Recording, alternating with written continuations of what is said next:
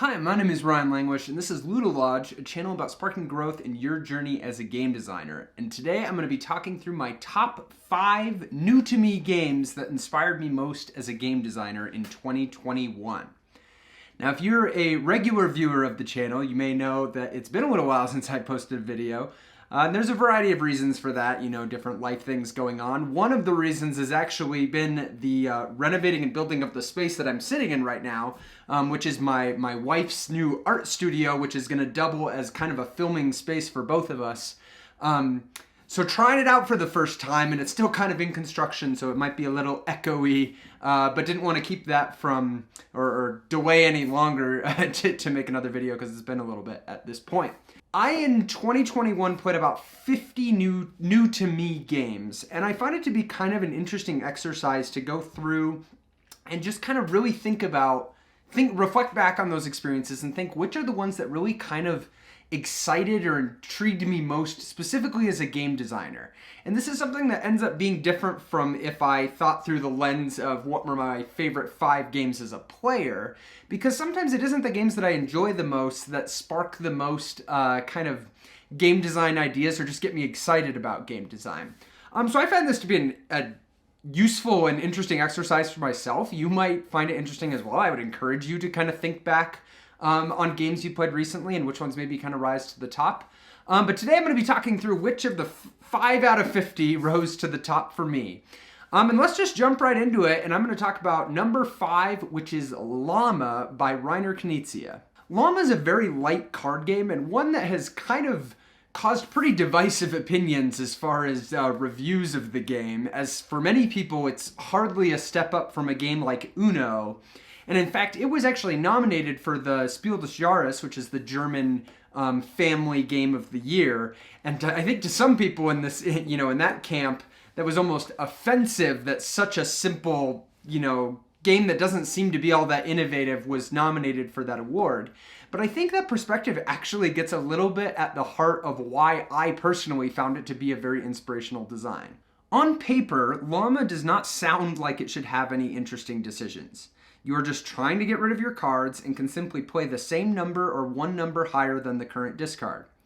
There is this added element of choosing when to fold out of the hand, and some tweaks to the scoring with duplicate cards not counting against you, but upon reading the rules, it doesn't jump out why these small rules would make much of a difference. But then when you actually play l.l.a.m.a, I found that you keep running across little moments that make you go, oh, that's kind of interesting. Don't get me wrong, it's still a really light game, but with many light games, reading the rulebook is enough for me to understand all the nuance in the design since it's so simple. So I find it impressive that l.l.a.m.a manages to have some more emergent moments that aren't obvious from an understanding of the rules. For example, if I'm down to a single card and can't play, I can draw to stay in the round since I am so close to going out, but drawing an additional card has a high probability of increasing the points in my hand since I only have 1 of the 7 cards and only duplicate cards don't count against you. Conversely, if I have a lot of points in my hand, drawing becomes less risky since getting a duplicate of a card doesn't add any additional points. It just makes it a little harder to go out. In fact, drawing a card with many cards in your hand can actually end up being good, because if all the other players fold and you're the only one left in the round, you can play as many cards as possible, which could be your entire hand if you manage to not have any gaps.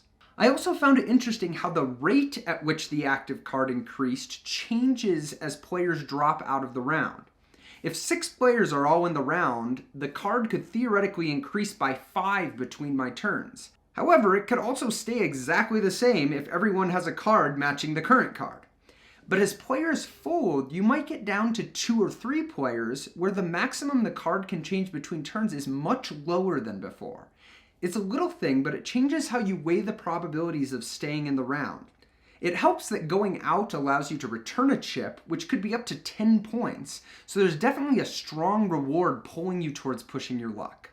Designing light games is really hard, and I'm inspired by how Reiner Knizia was able to find some little twists to lead to interesting decisions that were non-obvious from just a basic understanding of the rules.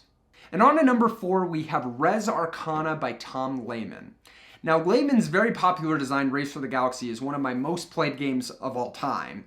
And playing Res Arcana felt like experiencing the work of a seasoned designer who had kind of distilled all his learnings and preferences from previous designs into kind of a very clean and tight new design. Unlike most games that give player a deck of card effects, Res Arcana really forces the player to do more with less, because each player will only have 8 cards that they cycle through for the entire game. The concept of trying to make this style of game work with so few cards feels like you would run into 2 problems. First, there not being enough interest and opportunity for clever combos, and second, it being very hard to achieve a fair playing field where one player's 8 cards aren't just way better. The second concern is alleviated by playing with the recommended drafting variant, but I think one thing that inspires me about Res Arcana is how l.l.a.m.a gives players extreme flexibility through some simple design decisions. First, any card can be discarded as an action to receive 2 essence or a single gold. This often means that nearly any card you draw is playable if you are willing to sacrifice other cards in your hand. Additionally, each round begins with players drafting magic items that each have a special action, which gives players the ability to supplement their turn with the piece they need to string together a desirable combo. In a world where so many games boast of the variety provided by hundreds upon hundreds of card abilities, which admittedly is something I really enjoy in games, Res Arcana is very refreshing in its embrace of simplicity and really working within some specific constraints. But then within those constraints, really pushing the design to have plenty of flexibility for the player and opportunities for clever play as they try to kind of solve this very small and elegant puzzle. At number 3, we have Marvel United by Andrea Chiarvesio and Eric Lang.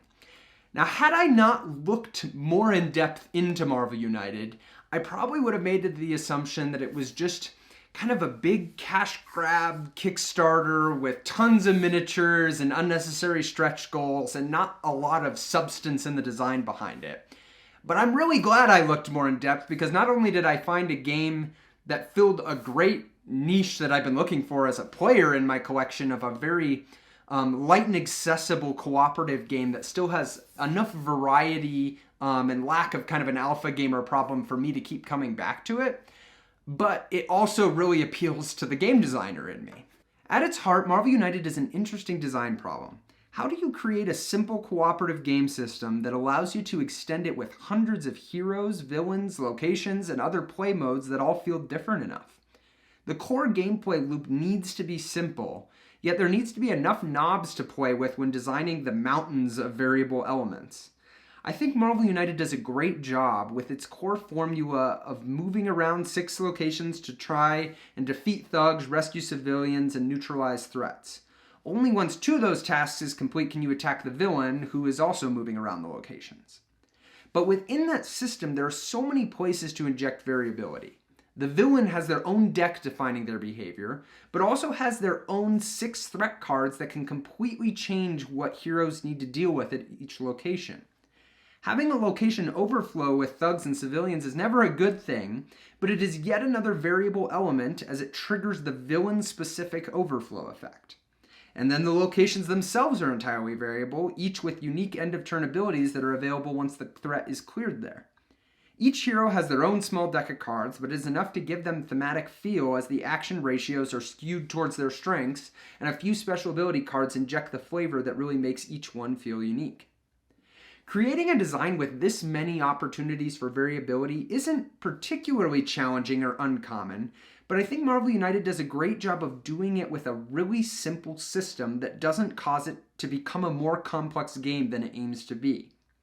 But the other inspiring aspect of Marvel United is simply the brilliant cooperative mechanism of sharing the actions on the card played by the previous player. It encourages such natural cooperation as every decision becomes a combination of what actions are good for me and what would help you next turn. I'm surprised we haven't seen something like it before, and it is a really elegant mechanism in how much interest comes out of such a simple rule.